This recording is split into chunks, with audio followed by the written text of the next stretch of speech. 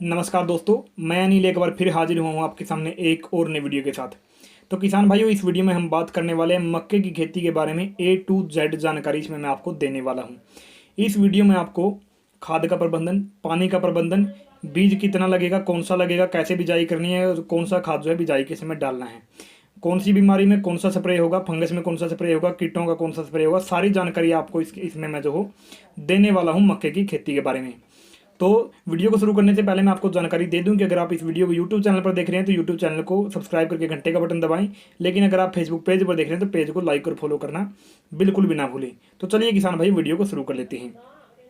तो किसान भाइयों, जैसा कि आपको पता होगा, मक्के की खेती का समय जो आ रहा है, साल में 3 बार विशेष तौर पर यह खेती की जाती है। जैसा कि आपको पता होगा, एक बार की जाती है रबी के सीजन में, एक बार की जाती है जायद के सीजन में, यानी कि बरसात का सीजन बोल सकते हैं आप, और एक बार ये की जाती है गर्मियों के सीजन में। और समय की अगर हम इनकी बात करते हैं कि कौन कौन से समय पर जो है ये खेती की जाती है, तो सबसे पहले बात कर लेते हैं खरीफ की, यानी कि बरसात के समय में। ये जो खेती है जून से लेकर के जुलाई में की जाती है, जो अभी कुछ दिन के बाद जो है होने वाली है। जून और जुलाई में इसकी बुआई की जाती है, 20 जून से लेकर के 5 जुलाई तक। दूसरी आती है रबी, यानी कि सर्दी के समय में। सर्दी के समय में अक्टूबर और नवंबर में इसकी बुआई की जाती है। और अगर बात करें जायद यानी कि गर्मी की, तो गर्मी में जो है फरवरी और मार्च में इसकी खेती की जाती है, यानी कि बुआई इसकी होती है। इसके बाद बारी आती है किसान भाइयों बीज की, कि जो मक्के की खेती के लिए कौन सी जो वैरायटी बीज की है वो अच्छी है, जो कम समय में तैयार होती है, कम से कम बीमारी आती हैं और ज़्यादा से ज़्यादा उत्पादन आपको देने वाली है। तो उसके लिए मैंने एक अलग से वीडियो बनाई है। यहाँ पर आई बटन में आपको इसका जो है लिंक मिल जाएगा, आप क्लिक करके जा सकते हैं। लेकिन बाद में जाइएगा, उससे पहले इस वीडियो को पूरी की पूरी देख लीजिए। अगर आप मक्के की खेती पर इस वीडियो को देख लेते हैं तो इसके बाद आपको और कोई वीडियो देखने की ज़रूरत मक्के की खेती के बारे में नहीं पड़ेगी। तो चलिए शुरू कर लेते हैं। सबसे पहली बात आती है कि मक्के की बुआई के समय जो है बीज जो है कितना डालना चाहिए। कुछ यूट्यूबर्स आपको बताएंगे कि 2.5 से 3 किलो या 3.5 किलो बीज बताएंगे, और कुछ आपको बताएंगे 6 से 7 किलो बीज तक आपको, यानी कि 7.5 किलो बीज तक आपको बताएंगे। तो ये क्या चीज़ है, ये क्या चक्कर है, मैं आपको ये भी क्लियर करूंगा, इसका भी मैथमेटिक्स आपको समझाऊंगा। ये जो है कौन सा कितना बीज जो है डलेगा और क्यों डलेगा, उसकी भी आपको मैं जानकारी देने वाला हूँ। तो अब बात कर लेते हैं कि 2.5 से 3 किलो बीज जो है वो कब डलेगा। उसके लिए मैं आपको बता दूं कि अगर आप 2.5 से 3 किलो बीज अगर आप डालते हैं तो वो कैसे डल जाता है मशीन की बुआई के साथ, और 7 किलो भी डल जाता है, वो कैसे डल जाता है। सबसे पहली चीज़ है, 2.5 से 3 किलो अगर आप डालते हैं तो लाइन से लाइन की जो मक्के की जो दूरी होगी, जैसे आप मशीन से बुआई करेंगे, एक लाइन से दूसरे लाइन की जो दूरी होगी वो 3 से लेकर के 3.5 फुट अगर आप रखते हैं, और पौधे से, यानी कि लाइन है, पौधे से पौधे की अगर आप इसमें दूरी रखते हैं, वो अगर आप 14 से 15 इंच रखते हैं, तो 2.5 से 3 किलो बीज आपका 1 एकड़ में लगने वाला है। लेकिन अगर आप उसी मशीन की मदद से एक लाइन से दूसरी लाइन की बीच की जो दूरी है वो 2 से 2.5 फीट रखते हैं, और एक ही लाइन में पौधे से पौधे की जो दूरी होती है वो 8 से 9 इंच रखते हैं, तो आपका जो बीज है वो 6.5 से लेकर के 7 या 7.5 किलो तक भी डल सकता है। जो ज़्यादातर जो उम्मीद है, अगर आप डालते हैं, अगर 2.5 फुट आप रखते हैं, 2 से 2.5 फीट, और 8 से 9 इंच की अगर आप पौधे से पौधे की दूरी रखते हैं, तो आपका बीज लगभग 7 किलो लगने वाला है। तो किसान भाई, ये तो हुई ये बात। और अब मैं आपको कौन सा कहूँगा, मैं कहूँगा आप 6 से 7 किलो, यानी कि ये जो दूसरा तरीका है, 2 फीट इनकी दूरी लाइन से लाइन की और 8 से 9 इंच की दूरी पौधे से पौधे की दूरी रखने वाला तरीका आप अपनाइए।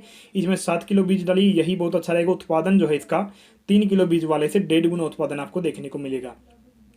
तो ये हुई किसान भाइयों बीज की, यानी कि बुआई कैसे करनी है, और बुआई के समय कौन सा खाद डालना है उसकी भी आपको जानकारी दूंगा। हमारे यहाँ क्या किया जाता है, ज़्यादातर लोग जो है DAP का एक कट्टा जो है वो डालते हैं बुआई के समय ज़्यादातर फसलों में, तो वो भी आप डाल सकते हैं। लेकिन अगर आप थोड़ा एक्स्ट्रा अगर आप कुछ डालना चाहते हैं तो सिंगल सुपर फास्फेट की आप 2 बोरियाँ भी साथ में डाल सकते हैं। तो ये हुई बुआई के समय कौन सा खाद डालना है।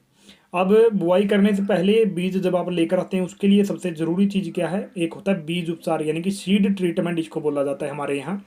वो आपको कैसे करना और वो क्या चीज़ होती है, उसके क्या फ़ायदे हैं, वो क्या चीज़ है। सीड ट्रीटमेंट अगर आप करते हैं तो फसल में बीमारियाँ आने की जो रिस्क है, यानी कि जो चांसेस हैं, वो बहुत घट जाते हैं। बहुत कम बीमारियां जो फसलों में, जिस भी फसल का आप बीज उपचार करते हैं उसमें बीमारियों की जो दर है वो घट जाती है।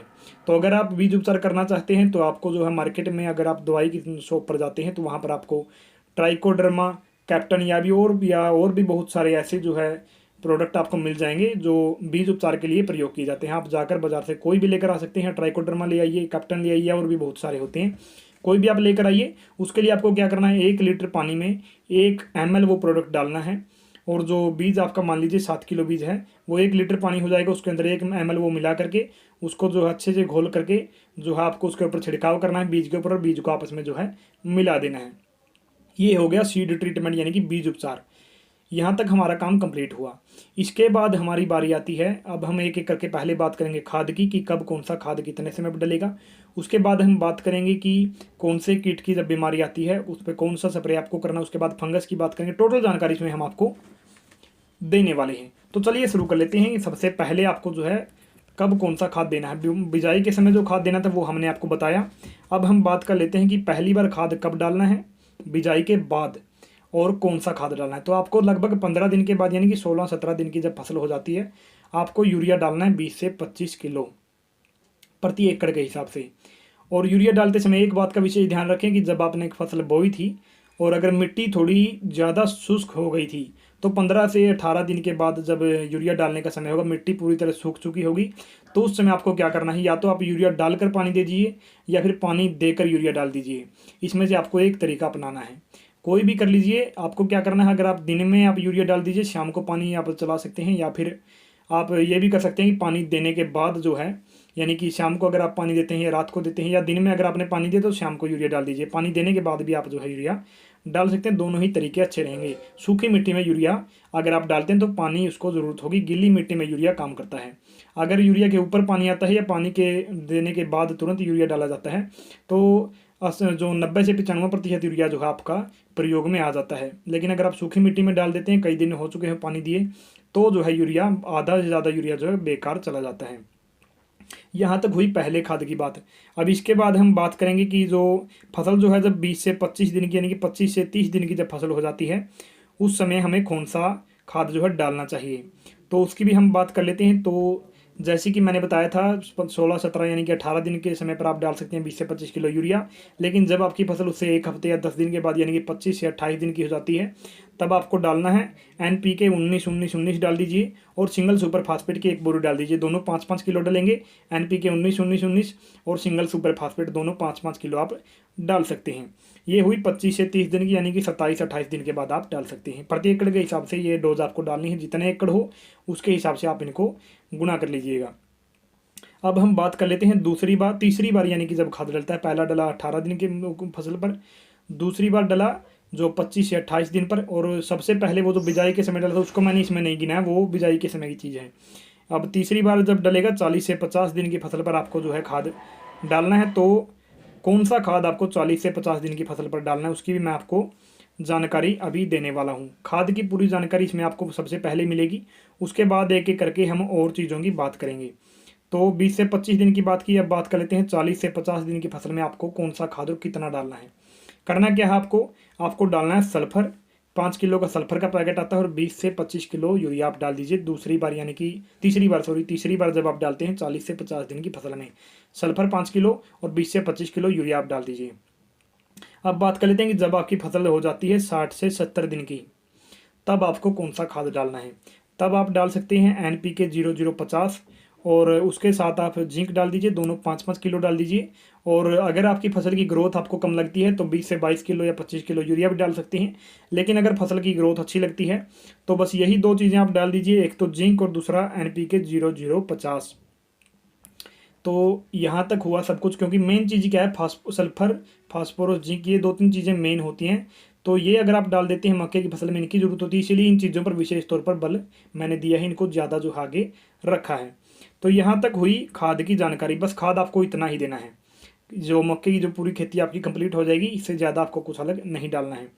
अब इसके बाद बारी आती है खरपतवार नियंत्रण की। खरपतवार नियंत्रण एक बहुत ज़रूरी चीज़ है, क्योंकि जो खरपतवार पैदा होते हैं उनको भी तो मारना है। तो उसके लिए आपको, वैसे तो मार्केट में आपको बहुत सारे ऐसे प्रोडक्ट मिल जाएंगे जो खरपतवार नियंत्रण करते हैं, लेकिन अगर आप बात करें कि मैं कौन सा सजेस्ट करता हूँ, मैं आपको सजेस्ट करता हूँ एक लोडिस आता है बायर का, आप वो डाल सकते हैं। लेकिन अगर आपको वो नहीं मिलता तो आप अपने दुकान से, अपने एरिया से जो भी आपको प्रोडक्ट मिलता है, कोई भी अच्छा प्रोडक्ट आपको आप शॉप से जाकर जो लेते हैं आप वो भी डाल सकते हैं जो आपके एरिया में मिलता है। लेकिन अगर आप बायर का ये जो लोडिस है, अगर ये आपके एरिया में मिल जाता है तो ये बहुत अच्छा प्रोडक्ट है, खरपतवार पर अच्छा काम करता है। लेकिन खरपतवार डालते समय भी एक चीज़ का विशेष तौर पर आपको ध्यान रखना है, और वो चीज़ क्या है, वो चीज़ भी मैं आपको बताऊंगा। खरपतवार आप जब भी स्प्रे करते हैं उसके लिए विशेष चीज़ ये है कि पानी पहले दीजिए, उसके बाद स्प्रे कीजिए। मान लीजिए आपने कल पानी दिया था, आज आप स्प्रे कर दीजिए या फिर कल कर दीजिए।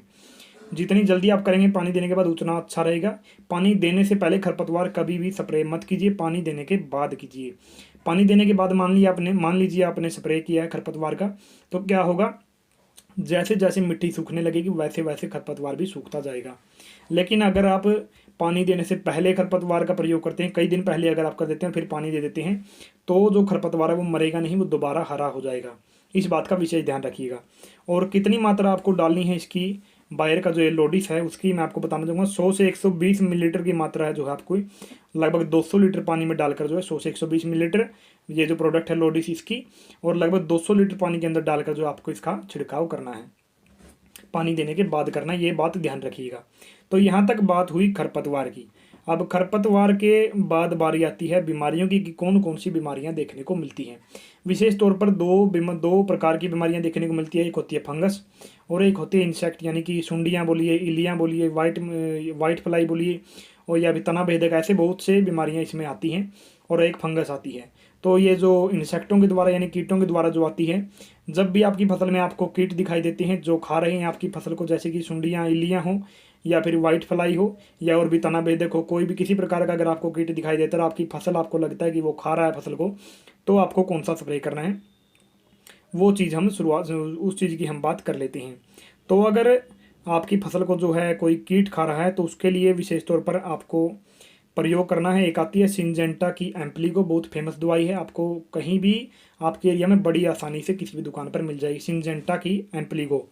और इसकी अगर हम बात करें कि मात्रा क्या लेनी है, तो लगभग 80 ml लेनी है 200 लीटर पानी में, यानी कि 1 एकड़ में आपको लगभग 80 ml की जो है सिंजेंटा की एम्प्लीगो जो है वो डालनी है। 80 मिलीलीटर आपको उसका डालना है, वो स्प्रे। लेकिन अगर आपको वो भी नहीं मिलती है तो बायर की सोलेमोन भी आप डाल सकते हैं। बायर की आती है सोलेमोन, वो भी आपको लगभग जो है इतनी ही मात्रा, यानी कि 120 से 140 ग्राम मात्रा ही आपको जो है 200 लीटर पानी के साथ उसका भी छिड़काव करना है। तो इन तीनों में से आपको जो भी मिले आप उसका उपयोग कर सकते हैं। एम्प्लीगो पक्का आपको मिल जाएगी, मुझे यकीन है, कोई भी एरिया हो आपका। मेरे ख्याल से पूरे भारत में जो है ज़्यादातर जो एम्प्लीगो ज़्यादातर दुकानों पर मिल जाती है। तो एम्प्लीगो का आप उपयोग कर सकते हैं, बहुत अच्छी दवाई है, बहुत अच्छा इसका रिजल्ट है। तो किसान भाई ये हुई एम्प्लीगो यानी कि जो इंसेक्टिसाइड का हमने बात की। इसके बाद बारी आती है फंगस की। फंगस का इफेक्ट आपको देखने को अगर मिले, अगर बात करें कि उसकी पहचान क्या है, तो फंगस में जो है जैसे कि लोहे पर जो जंग लगता है ठीक उसी प्रकार जो है पत्तों पर जंग के जैसे आपको निशान लगेंगे। जैसा जंग लगता है ना लोहे के ऊपर, सेम वैसे ही निशान आपको पत्तों पर देखने को मिलेंगे, धब्बे देखने को मिलेंगे, या फिर जो है पत्ते पीले पड़ने लगे अचानक से, और कोई भी कीट आपको दिखाई न दे, तो आप समझ जाइएगा कि ये फंगस का इफेक्ट ही है।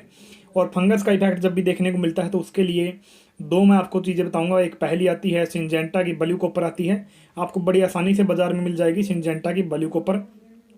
400 मिलीलीटर प्रति एकड़ के हिसाब से आप इसका उपयोग कर सकते हैं। लेकिन अगर ये नहीं मिलती है तो बायर की आती है, एक बायर की भी आप उपयोग कर सकते हैं। नेटिवो आती है लगभग 120 मिलीलीटर, आप उसका उपयोग जो है कर सकते हैं, यानी कि 120 ग्राम आप जो है प्रति एकड़ के हिसाब से नेटिवो का उपयोग भी कर सकते हैं। किसी भी प्रकार का फंगस इफेक्ट हो, ये जो है आपके फंगस से जो है आपकी फसल को छुटकारा दिला देगी। तो यहाँ तक बात हुई हमारी कि जो फंगस का इफेक्ट का क्या इलाज है, इंसेक्टिसाइड का क्या इलाज है, खाद की हमने पहले बात की थी। अब बात कर लेते हैं पानी की, कि कब जो है पानी ये जो पानी जो है कब कब देना है, कितने कितने दिनों के बाद देना है। तो किसान भाई मैं आपको बताना चाहूँगा कि पानी की अगर हम बात करते हैं तो जैसे ही पहला हमने खाद डाला था यूरिया, 15 से 18 दिन की फसल पर डाला था, तब आपको पानी देना है। पानी देने के बाद आप यूरिया डाल सकते हैं। मैंने आपको पहले बताया था ना कि पहला पानी 15 से 18 दिन की फसल पर आपको देना है। जब कई बार क्या होता है, जब भी हम फसल बोने के लिए तैयारी करते हैं तो फसल बोते समय जो है कई बार कुछ देरी हो जाती है, जिसकी वजह से जो थोड़ी मिट्टी सूखी हो जाती है, और 15 से 18 दिन तक जो मिट्टी काफ़ी सूख जाती है, और अंकुरण जो है जितना भी होना होता है, जितने भी जो है जर्मिनेशन होना होता है वो हो चुका होता है। तो 15 से 18 दिन पर आप जो है या 20 दिन पर आप पानी दे सकते हैं। तो यहाँ तक ये था पहला पानी। अब इसके बाद पानी की व्यवस्था की अगर बात करें तो हर हफ्ते या 10 दिन के बाद आप पानी दे सकते हैं। मिट्टी को कड़क नहीं होने देना, बस आपको इतना ध्यान रखना है मिट्टी जो है वो कठोर नहीं होनी चाहिए। थोड़ी हल्की नरम मिट्टी हमको इसके लिए चाहिए। तो जैसे ही कठोर होने लगे आप उसकी जो उसमें जो है सिंचाई कर सकते हैं। 8 दिन हो या 10 दिन हो आप सिंचाई कर सकते हैं। तो इतना किसान भाई जो सिंचाई का जो तरीका है ये काफ़ी रहेगा। अंतिम समय तक यही तरीका जो आपका चलने वाला है। जैसे ही जो फसल है वो 90 दिन के आसपास पहुंचती है तब जो आप भुट्टे को जो है तोड़कर आप बाज़ार में बेच सकते हैं। क्योंकि अगर आप 100 दिन के बाद भुट्टा तोड़ना शुरू करेंगे तो भुट्टा पक चुका होगा और उस समय उसकी डिमांड मार्केट में कम हो जाएगी। लेकिन आप अगर 90 दिन के आसपास भुट्टे को तोड़ते हैं तो उसकी डिमांड मार्केट में ज़्यादा भी और आपको रेट भी उसका अच्छा मिलेगा। क्योंकि भुट्टा तब तक जो है कच्चा होता है और उसकी डिमांड जो है ज़्यादा होती है और 100 दिन के बाद जो है पक जाता है। ये फसल है लगभग 80 से 120 दिन की ये फसल होने वाली है। 90 दिन के आसपास आपको भुट्टा तोड़ना है। 90 से 92, 93 या 95 दिन के आसपास भुट्टा आपको इसका तोड़ना है। और उसके बाद आपको क्या करना है, उसके बाद आप फसल को जो है जो हरा चारा जो बचता है आप उसको या तो आप किसानों को बेच दीजिए या फिर आप किसी दुकान को बेच सकते हैं। जो मतलब जो चारा जो है बेचते हैं शहरों में उनको भी आप बेच सकते हैं। या फिर लोकल लेवल पर आप अपने मतलब ये जो आपके जान पहचान वाले हैं या जो गांव वाले हैं खरीदते रहते हैं चारे को तो उनको भी आप चारा बेच सकते हैं या खुद भी उसका उपयोग कर सकते हैं। तो ये यहाँ पर आपकी जो फसल बिक भी जाएगी और आप चारे के तौर पर जो है इसको उपयोग भी कर सकेंगे। ये जो है दोहरा फायदा आपको इसका होने वाला है। तो ये थी मेरे ख्याल से मक्का की पूरी जानकारी। इसमें हमने बात की पानी की, हमने बात की कब कब पानी देना है, खाद की हमने बात की कब कौन सा खाद डालना है, बुआई के समय कौन सा डालना है, बाद में कितनी बार खाद डालना है, कौन सा डलेगा इसकी हमने बात की। यानी कि जो कीटों का जो हमला होता है उसको जो है कैसे बचना, उससे कैसे बचना उसकी हमने बात की। उसके बाद बारी आती है कि जो फंगस का इफेक्ट होता है उससे बचने के लिए क्या उपयोग करना है उसकी हमने बात की। उसके बाद क्या बचा, उसके बाद बचा हमने बीज उपचार की हमने बात की थी। एक चीज़, हाँ एक चीज़ किसान भाई विशेष तौर पर आपको ध्यान रखनी है, मिट्टी का जो पीएच वैल्यू 5, 5.5 से लेकर के 7 के बीच में होना चाहिए मक्के की खेती के लिए। लेकिन अगर आपने मिट्टी की जांच नहीं कराई है और आपके एरिया में लोग मक्के की खेती करते हैं तो आपको जांच कराने की ज़रूरत नहीं है, आपके यहाँ भी होगी। अगर जांच कराते हैं तो बहुत अच्छा है, करवा लीजिए। लेकिन अगर नहीं करवाते हैं तो भी कोई बात नहीं। अगर आपके एरिया में मक्के की खेती लोग करते हैं और अच्छा उत्पादन मिल रहा है तो कोई ज़रूरी नहीं है, कोई ज़्यादा ज़रूरत आपको नहीं पड़ेगी, आप लगा लीजिए अच्छे से होगा। लेकिन विशेष चीज़ एक है, आपको जिस बात का सबसे ज़्यादा ध्यान जो है मक्के की खेती के समय रखना है वो ये है कि जब भी आप मक्के की खेती के लिए भूमि का चयन करते हैं यानी कि भूमि चुनते हैं, आपका जो भूमि है जो भी खेत है आपका वो आपके जो है आस पड़ोस के जितने भी खेत हैं अगल बगल वाले उनसे गहरा नहीं होना चाहिए। मक्के की खेती के लिए इस बात का विशेष ध्यान रखें, गहरा खेत नहीं होना चाहिए। ऊंचा हो तो चलेगा, समान हो आसपास के खेतों में तो भी बढ़िया है। लेकिन गहरा खेत जो है मक्के की खेती के लिए नुकसानदायक है। मक्के की खेती आप पूरी कर नहीं सकते अगर गहरा खेत होगा, क्योंकि जैसे ही बारिश होगी पानी उसमें ठहरेगा और निकासी न होने की वजह से फसल जो है पूरी की पूरी बर्बाद हो जाएगी, जल जाएगी। ठीक जैसे ही ज्वार हम बोते हैं, गहरे खेत में अगर ज्वार होती है उसके अंदर अगर पानी खड़ा हो जाता है तो वो जल जाती है। ठीक उसी प्रकार मक्के की खेती भी है, अगर इसके अंदर पानी खड़ा हो गया तो ये जल जाएगी। यानी कि जो मिट्टी आप उपयोग करते हैं वो जो है उसके जो है निकासी का जो तरीका, वहाँ पर निकासी का जो प्रबंध है वो पूरा होना चाहिए। तो किसान भाई ये थी पूरी की पूरी जानकारी। और सल्फर जिंक ये सब ये दो जो चीज़ें हैं मेन में जो मतलब जो चीज़ हैं सल्फर और जिंक, ये दो चीज़ें मुख्य हैं कि मक्के की खेती के समय सबसे ज़्यादा ज़रूरत इन्हीं की पड़ती है। तो ये कुछ बातें थी मक्के की खेती के लिए जो बहुत ज़रूरी थी। मेरे ख्याल से तो कुछ बचता नहीं है, सर लगभग सभी बातें हमने कर ली हैं। तो किसान भाइयों मैं आशा करता हूं कि आपको जो है वीडियो पसंद आई होगी। अगर पसंद आए तो वीडियो को लाइक कीजिए, ज़्यादा से ज़्यादा शेयर कीजिए ताकि जो भाई करना चाहते हैं मक्के की खेती उनको भी जानकारी मिल सके, जो करते हैं उनके पास भी भेजिए। और अगर किसी को कुछ कमी लगती है तो कमी कमेंट करके बताइए कि कमी कहाँ पर रही है, ताकि आगे कभी अगर वीडियो दोबारा डाली जाती है कोई भी तो उसमें जो है वो कमियों का जो विशेष तौर पर ध्यान रखा जाए। और एक बात और आप एक बात मतलब ये और आप बताइए कि आप ऐसी ही कोई वीडियो मतलब बुआई से लेकर के कटाई तक की किस फसल की वीडियो आप चाहते हैं इसके अलावा, ताकि दोबारा जब भी मैं डालूं जल्दी से जल्दी आपके लिए डाल सकूं। अगर उस फसल का समय अभी हो तो मैं अभी डाल दूंगा, लेकिन अगर बाद में होगा तो भी वीडियो आपको जल्दी से जल्दी मिल जाएगी, क्योंकि पूरी जानकारी की वीडियो जो है यूट्यूब पर बहुत ही कम मिलती हैं। आप सभी को पता है, क्योंकि कुछ क्या करते हैं जिनमें मिट्टी के बारे में बताया जाता है, बीजों के बारे में बताया जाता है, उनमें पानी के बारे में नहीं बताया जाता, स्प्रे के बारे में नहीं बताया जाता, या फिर स्प्रे के बारे में जिनमें बताया जाता है उन्हें मिट्टी या पानी की जानकारी नहीं दी जाती। तो अलग अलग वीडियो लोगों को जो देखनी पड़ती है उसके लिए परेशानी होती है। और पानी वाली तो कहीं मिलती ही नहीं है, एक भी नहीं है यूट्यूब पर। तो इस वीडियो में मैंने आपको सारी जानकारी दी है। मेरे ख्याल से मक्के के शुरू से लेकर के बुआई यानी कि बिजाई के समय से लेकर के कटाई तक की जो है पूरी की पूरी जानकारी मैंने आपको दे दी है, शायद ही कोई चीज़ छूटी हो। अगर छूटी हो तो कमेंट करके बताइएगा कि क्या छूट गया, ताकि उस पर दोबारा वीडियो डालूँ और जो वीडियो है कंप्लीट हो सके। तो किसान भाइयों, मैं कामना करता हूँ कि आपका आज का दिन शुभ हो और वीडियो देखने के लिए आपका बहुत बहुत धन्यवाद।